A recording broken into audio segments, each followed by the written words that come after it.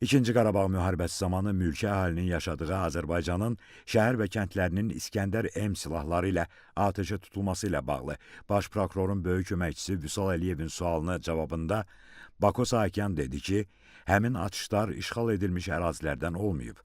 Həmçinin Azərbaycanın işğal edilmiş ərazilərində İskəndər M, .U kimi silahlar heç vaxt olmayıb. Bako Sahakyan bildirdi ki, qondarma rejimin büdcəsi dövlətlərarası kreditlər hesabına formalaşıb və hər il Ermənistan tərəfindən verilib. Müqabiliyə görə, bu faizsiz kreditlər olub. Əvvəlki dövrlərdə demək olar ki, bu tamamilə Ermənistan tərəfindən həyata keçirilib. Razılaşmaya əsasən, qondarma rejimin iqtisadiyyatı dirçəldikdən sonra kreditlər qaytarılacaqdı. Lakin 1991-ci ildən 2023-cü ilə kimi Ermənistan tərəfindən ayrılmış kreditlərdən heç biri qaytarılmadı.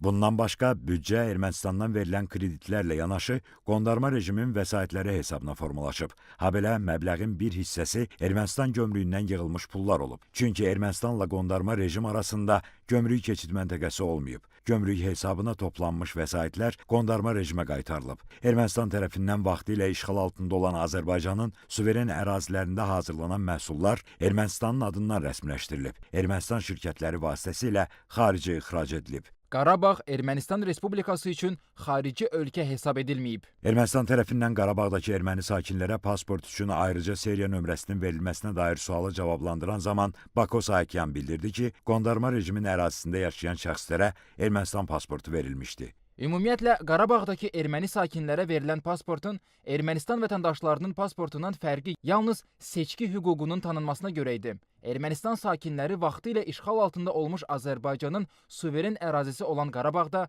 həmin ərazilərdə yaşayan erməni sakinləri isə Ermənistanda keçirilən seçkilərdə iştirak edə bilməzdilər. Qalan bütün hüquqlardan istifadə edə bilərdilər.